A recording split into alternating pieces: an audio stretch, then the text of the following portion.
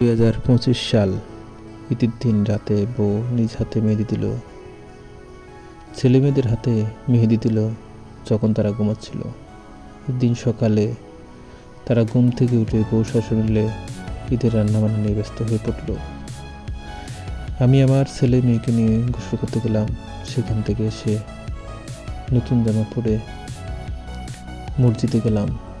মসজিদ থেকে ফিরে এসে আবার বউ বাচ্চাকে নিয়ে হাসি খুশি মাকে সালাম করা, বকশিস, ছেলেমেয়েদেরকে নিয়ে ছবি তোলা, মাকে নিয়ে, বউকে নিয়ে, ছোটো ভাইকে নিয়ে একসাথে ঈদের সময়টা আনন্দ ভাগাভাগি করা।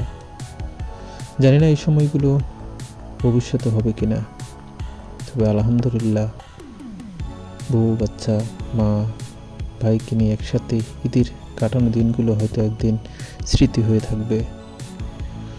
সময় যত ঘনিয়ে যায় তত মৃত্যুর কাছাকাছি আমরা চলে যাই।